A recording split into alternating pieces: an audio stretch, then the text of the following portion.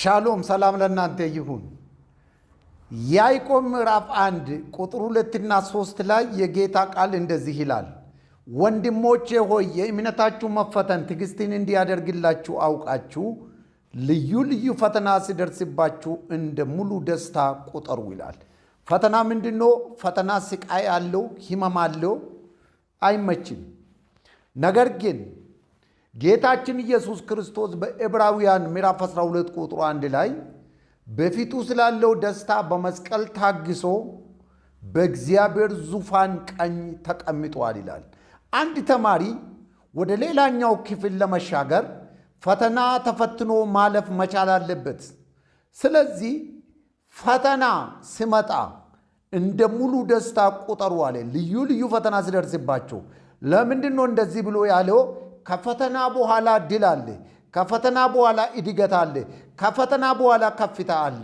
በተለይ መንፈሳዊ ሰዎች ሲፈተኑ የተዘጋጀላቸው ከሰማይ የመጣላቸው ወደ እነሱ የመጣ ያለ ክብር አለ፣ እድገት አለ፣ ስኬት አለ፣ ድል አለ።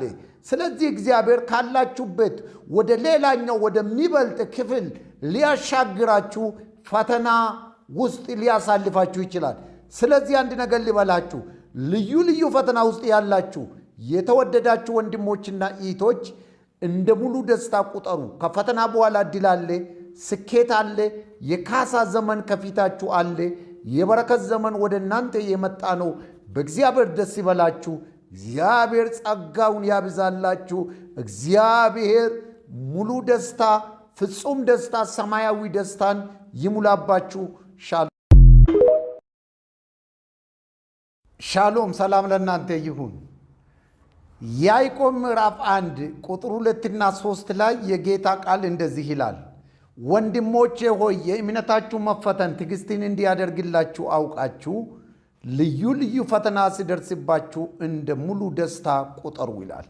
ፈተና ምንድነው? ፈተና ስቃይ አለው፣ ህመም አለው፣ አይመችም።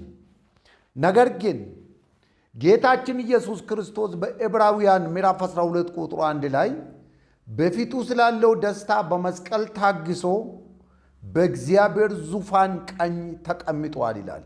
አንድ ተማሪ ወደ ሌላኛው ክፍል ለመሻገር ፈተና ተፈትኖ ማለፍ መቻል አለበት።